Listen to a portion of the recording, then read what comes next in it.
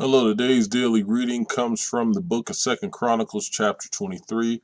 As always stated prior to reading, get to a church that has Sunday school or Bible study where the word can be broken down and shared with you for an easier understanding. Also, get with some friends who break bread and share the word and just get some understanding from one another. Get you a Bible. Also, there are numerous versions: NIV, King James. Get you one that you can understand and read a little easier. But most importantly and above all, call upon the Lord. If you call upon the Lord and knock at his door, he will open it and fill you up with wisdom if that is what you seek. Amen. Second Chronicles chapter 23 reads as follows. In the 7th year, Jehoiada showed his strength.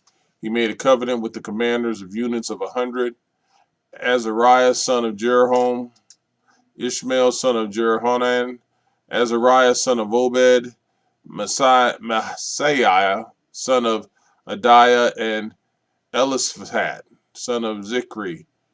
They went throughout Judah and gathered the Levites and the heads of the Israelite families from all the towns. When they came to Jerusalem, the whole assembly made a covenant with the king at the temple of God. Jehoiada said to them, the king's son shall reign, as the Lord promised concerning the descendants of David. Now this is what you are to do. A third of you priests and Levites who are going on duty on the Sabbath are to keep watch at the doors. A third of you at the royal palace, and a third of the fountain at the fountain gate, and all the others are to be in the courtyards of the temple of the Lord. No one is to enter the temple of the Lord except the priests and Levites on duty. They may enter because they are consecrated, but all the others are to observe the Lord's command not to enter. The Levites are to station themselves around the king, each with weapon in hand. Anyone who enters the temple is to be put to death. Stay close to the king wherever he goes. The Levites and all the men of Judah did just as Jehoiada the priest ordered. Each one took his men, those who were going on duty on the Sabbath and those who were going off duty. For Jehoiada the priest had not released any of the divisions. Then he gave the commanders of units of 100 the spears and the large and small shields that had belonged to King David and that were in the temple of God. He stationed all the men, each with his weapon in his hand, around the king, near the altar and the temple, from the south side to the north side of the temple. Jehoiada and his sons brought out the king's son and put the crown on him. They presented him with a copy of the covenant and proclaimed him king. They anointed him and shouted, "Long live the king." When Athaliah heard the noise of the people running and cheering the king, she went up to them at the temple of the Lord. She looked, and there was the king standing by his pillar at the entrance. The officers and the trumpeters were beside the king, and all the people of the land were rejoicing and blowing trumpets, and musicians with their instruments were leading the praises. Then Athaliah tore her robes and shouted, "Treason, treason!" Jehoiada then made a covenant that he, the people, and the kings would be the Lord's people. All the people went to the temple of Baal and tore it down. They smashed the altars and idols, killed Matan, the priest of Baal, in front of the altars. Then Jehoiada placed the oversight of the temple of the Lord in the hands of the Levitical priests, to whom David had made assignments in the temple to present the burnt offerings of the Lord as written in the law of Moses, with rejoicing and singing as David had ordered. He also stationed gatekeepers at the gates of the Lord's temple so that no one who was in any unclean might enter. He took with him the commanders of hundreds, the nobles, the rulers of the people, and all the people of the land, and brought the king down from the temple of the Lord. They went into the palace through the upper gate and seated the king on the royal throne. All the people of the land rejoiced, and the city was calm before Athaliah had been slain with the sword.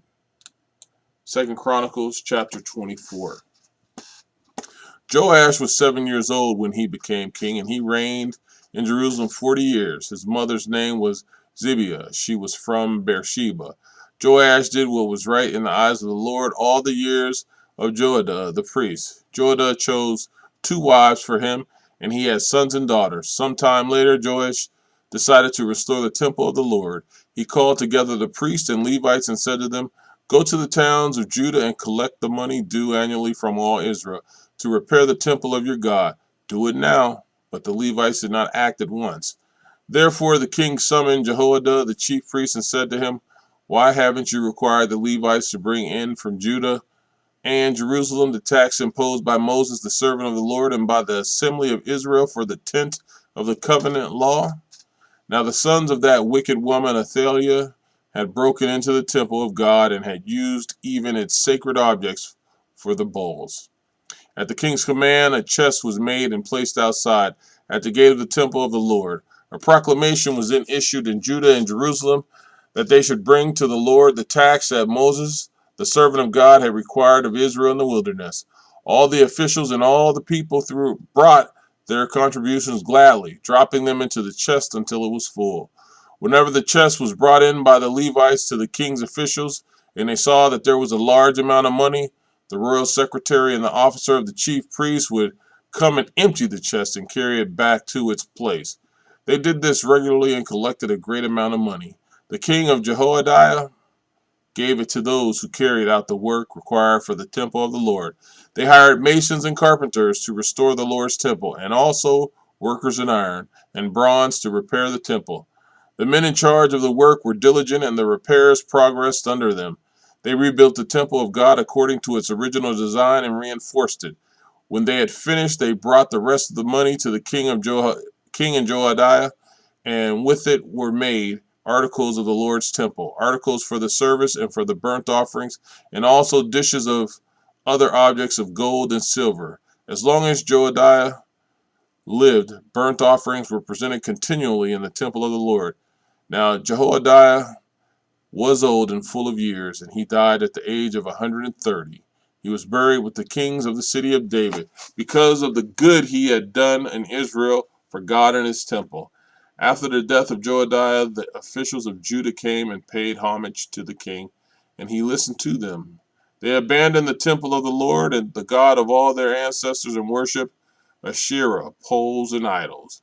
Because of their guilt, God's anger came to Judah and Jerusalem. Although the Lord sent prophets to the people to bring them back to him, and though they testified against them, they would not listen.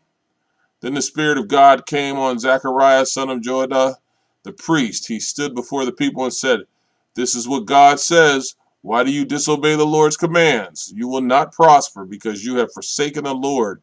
He has forsaken you." But they plotted against him, and by order of the king they stoned him to death in the courtyard of the Lord's temple. King Joash did not remember the kindness Zechariah's father Joiada had shown him, but killed his son, who said as he lay dying, "May the Lord see this and call you to account." At the turn of the year, the army of the Aram marched against Joash. It invaded Judah and Jerusalem and killed all the leaders of the people. They sent all the plunder to their king in Damascus. Although the Aramean army had come with only a few men, the Lord delivered into their hands a much larger army.